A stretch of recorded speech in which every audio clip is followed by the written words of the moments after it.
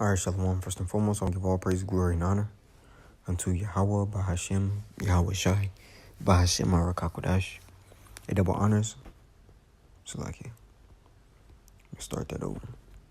First and foremost, I want to give all praise, glory, and honor unto Yahweh, Bahashem, Yahweh Shai, Bahashem, Arakakodash. A double honors unto the elders and apostles of GMS Great Millstone, and a sincere shalom to Yakim, bringing out this word in diligence and in truth. And as you see here, man, and the way the world star, basically puts the titles and captions on these videos, it'd be straight simpish, man. It like saying, does she have a valid point? Now, I'm gonna let this demon talk.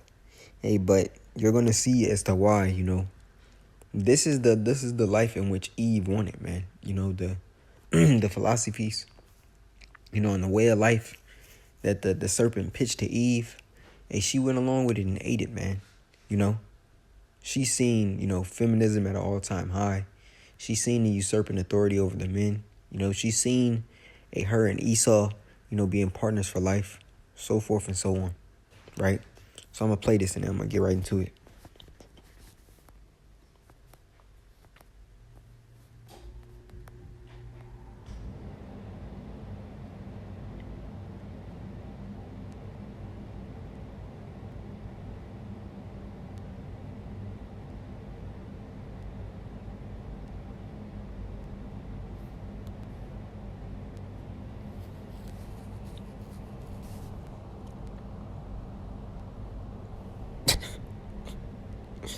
How fucking remedial is that explanation? Here it is. And that's why in Babylon, the Israelite woman wasn't made, and wasn't forced to, take any accountability, right? Here in this setup, she can just push off all responsibility and all her ways off on everybody else and be innocent, or in her mind be innocent, right? Here it is, their young age of 14, 15, 16, 17, 18. We all seen it, man. You see the girls in middle school deal with the older Jake. Then you see, when you get into high school, you see the girls in high school deal with the older Jake. They knew, they knew exactly what was up, man. But here it is, when they're out of their prime, what happens? Now it's, oh, you gotta accept me for who I am. Oh, we were taken advantage of. No, you weren't, man. No, you weren't. You wanted to deal with the man who was more established. That's ultimately what it was. But you didn't understand that man who had more didn't really want you. So here it is. You go through the whole prime from 13 to 27, right? And that whole time, you don't hit the wall until your looks fade. So then it's, oh, why don't y'all take me serious? And this is why the scriptures talk about, and I'm going to grab it here, right? Because it's right from the scriptures, man. I believe it's in the book of Sirach.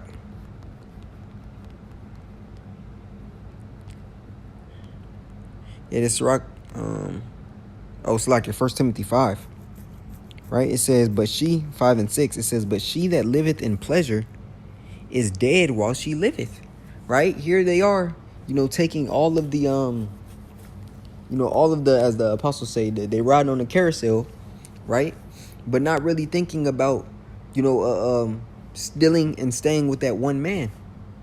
In their prime, they jump around from rod to rod to rod, man. As the scripture tell us this. And this is why Yahweh Shai is undefeated, man. This is why the scriptures are undefeated. Because the Lord made sure that all of this was dictated within our book to have the wisdom on how to move and navigate, right? This is Sirach 26 and 12. Matter of fact, I'm going to start here at 9, right?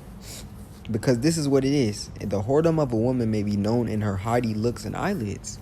And as you look at this woman, you can tell, from that age of 12, 13 to probably 5 years ago, she's been a whore, man. Because now she's telling you what? Oh, y'all got to accept me. Even though, she was one of those same women that denied the quality men, all throughout her prime. Now it's, oh, y'all got to accept me. I was being used. Get the fuck out of here, man. Get out of here. There's just a bunch of BS. Right? And we're going to go into more scriptures, but I'm going to grab this as well. Right? This Sirach 26:9, it says, the whoredom of a woman may be known in her haughty looks and eyelids. If thy daughter be shameless, keep her in straitly, lest she abuse herself through overmuch liberty. And that's what happened to that woman, man. She abused herself through overmuch liberty. Meaning what? And she was jumping from guy to guy, having a grand old time, and not really looking at the seriousness or the severity of the situation that, hey, your looks fade, man. You're going to need a husband. And here it is. And you've been a hoe for so long that now you're trying to make men feel guilty for not taking you serious when these are the same men that you've been denying for decades. So when all hell break loose in America, man, these are going to be the same women, hey, who are going to be without a covering. Hey, the men of Yahweh Shemashah aren't going to be dealing with women like this, man. Right? Because you know what happens? When tragedy strikes and their looks fade, that's when they want to be humble. But before all of that, when everything was all good, when the water was running, when they had their when we go into the book of Isaiah, right? The vintage, when they had all those treats Esau was giving them, hey, the pride was through the roof. But now that reality is setting in, you see, hey, it's not as easy as it once was for you. Your market value has declined. And these are the same women who didn't pick up the qualities. Hey, when we go into the book of Titus, right? And it says that aged women, basically teaching the younger women, how to be sober, and the qualities that it takes to be a wife. Hey, she wasn't taught those roles or denied them because she was just being fast. Over much liberty, man. Running through the streets, running from man to man. This is the same mentality that they have at the age of now, man. Talking about the younger women, right? So it says, if thy daughter be shameless, keep her in straitly, right? Lest she abuse herself through overmuch liberty. Because they don't know. And I'm not going to say they don't know. I'll say a woman can't vet a man like a man can, right? Because look at what their eyes are keen to in picking a man. They want to pick the tallest, the quote-unquote best dressed, right? In this society, they look at hair. That's a factor for women, man. Look at the whole Pop the Balloon show. It's a bunch of proud-ass women on the show basically telling men, oh, I don't like that you don't fit exactly what I need you to fit in my head. Not understanding that you're going to need a man. You need a man, man. Right? And we're going to get that in Isaiah the 32nd chapter. But continuing this, it says, if thy daughter be shameless, keep her in straitly, lest she abuse herself through overmuch liberty. Right? It says, watch over an impudent eye, and marvel not if she trespass against thee. She will open her mouth as a thirsty traveler when he hath found a fountain, and drink of every water near her. By every hedge will she sit down, and open her quiver against every arrow. Right? So what do they do when it's not accessible to them anymore? They blame the men. Oh, well, I feel like, y'all just treating us how, like, bruh, let's listen to the madness again.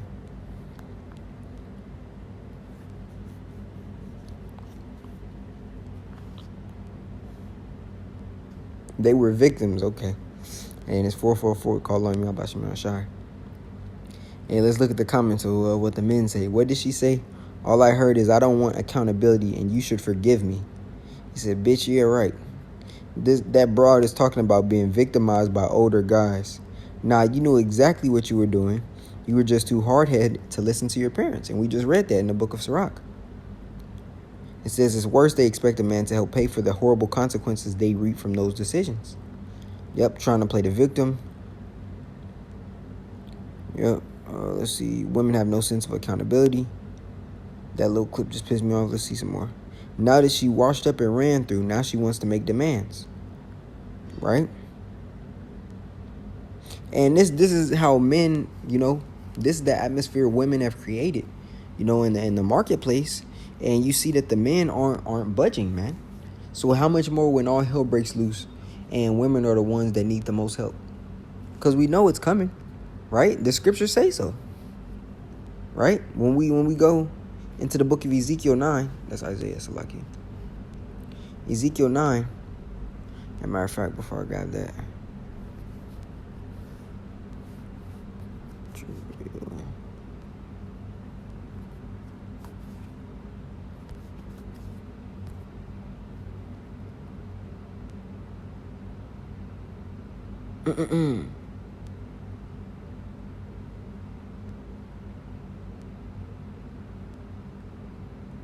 It's a lot.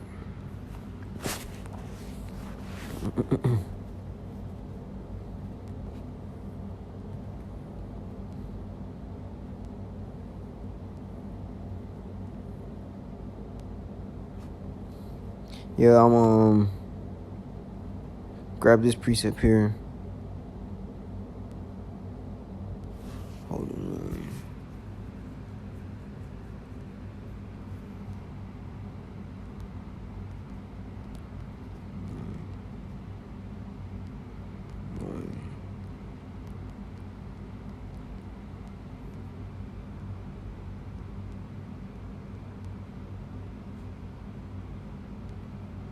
Alright, kind of was that one.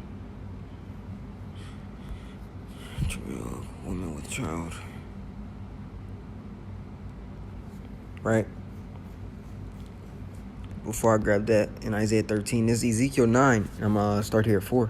And it reads, And the Lord Yahweh B'Shem Yahushai said unto him, Go through the midst of the city, through the midst of Jerusalem, and set a mark upon the foreheads of the men that sign that cry for all the abominations that be done in the midst thereof.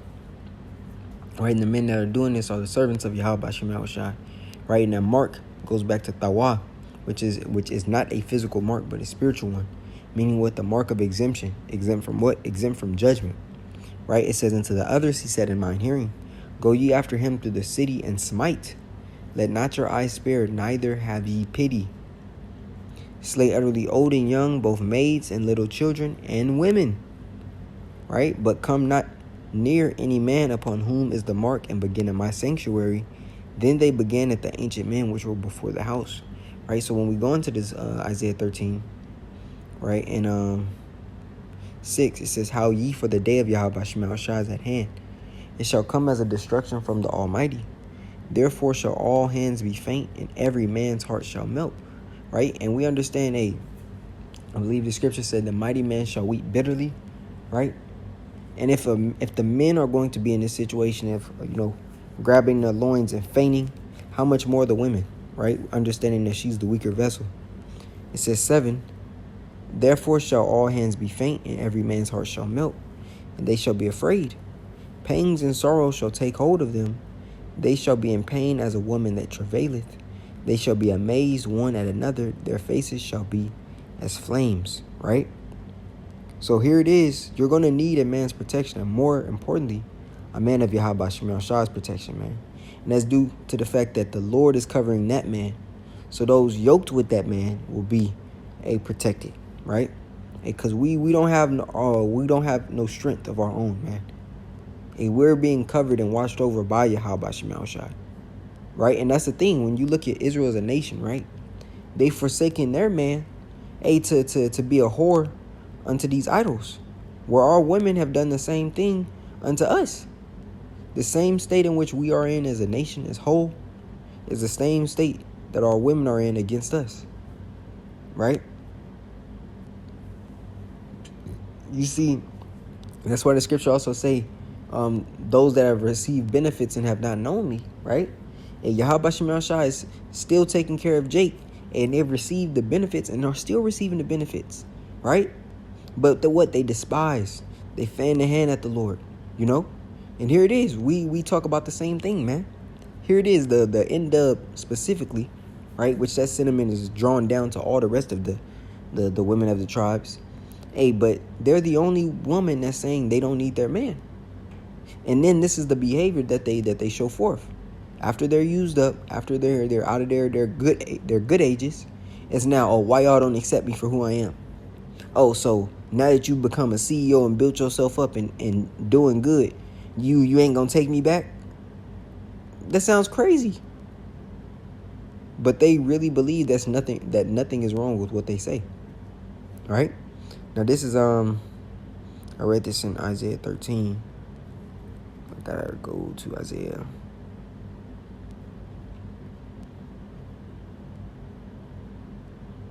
32:9.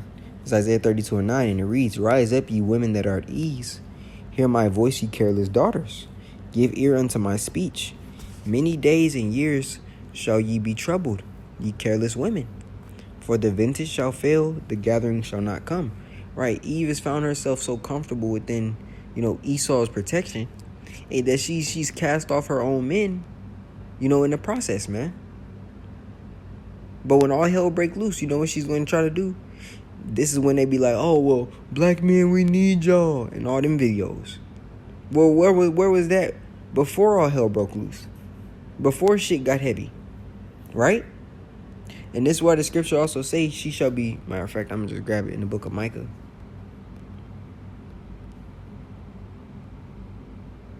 Here we go. Oops.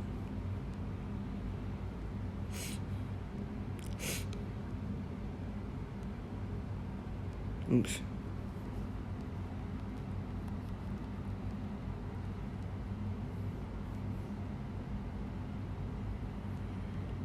Trodden.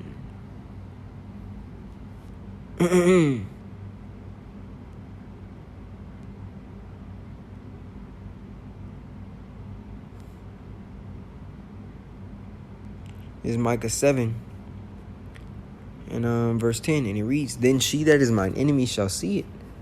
Right? Right, and what are they going to see? They're going to see the destruction. They're going to see that they have no help for themselves. But they're also going to see the same men, just like Esau in Wisdom of Solomon, the 5th chapter, the same men in which they persecuted, the same men that they talk shit about are going to be the same men whom Yahweh Shai is going to work with and deliver, right? It says, "Then she that is my enemy shall see it, and shame shall cover her, which said unto me, Where is the Lord thy power? Mine eyes shall behold her, now shall she be trodden down as the mire of the street." So that's judgment, man. So it's gonna be a lot of judgment unto the women of our nations, right? Can't throw out the fact that Yahweh Shai said in 1 Peter 4:17, "For judgment must first start at the house of Israel," right? It's Isaiah 32:9. "Rise up, ye women that are at ease. Hear my voice, ye careless daughters. Give ear unto my speech. Many days and years shall ye be troubled, ye careless women. For the vintage shall fail, and the gathering shall not come." Right? All your government-assisted programs, all your benefits in which gave you, all the quote-unquote advantages of feminism, all of that shit goes away when all hell breaks loose. You think a Gurkha troop is going, or a martial law troop is going to hear a woman talk about the wage gap in the days that are coming? When that's false in itself, that whole wage gap theory or wage gap conversation, right? Because when you look at the quote-unquote the white-collar professions, nobody is paid the same wage. Everybody is paid based off of connections and the quality of their work, right? So everybody gets paid differently at those levels. The McDonald's workers that's a woman and a man, they're not getting paid, differently because one person is a woman and one person is a man. If that was the case, they would hire all women just so they could pay them all less, right? But continuing, it says, "Tremble, ye women that are at ease, be troubled. Ye careless ones, strip you and make you bare, and gird sackcloth upon your loins." Hey, Eve has to go down with this society, man, because she's benefited from it. Now, that don't mean, the sincere women that believe, y'all gonna be all right, man. Thus saith Yahweh Shai, right? Hey, but this is for the women whom they also despise, man. Hey, because you're one, because it's not even about the Israelite man. It's more so you're disobedient. Well, it is, because the order in 1 Corinthians 11 chapter has it as Yahweh Shai, the Israelite man, and the woman. That connection is severed, because there's no head for you there, right? There's no connection. So you've put away your head, man. You've put away your Lord for the devil, for Esau's ways, man. And all of that is going to come back and bite you in the ass until destruction meets you, man. It's that simple, right? And so we not going to have no sympathy in that day, you know, for women like this, right? Right? And even the scriptures tell you a man shall be a hiding place, you know, from the tempest, a covert from the wind, you know, from the strong tempest. And that's a man of Yahweh Bashim Shai, man, a man of the elect, right? Hey, but you Babylonian women, man, hey, so long, good riddance. Good riddance.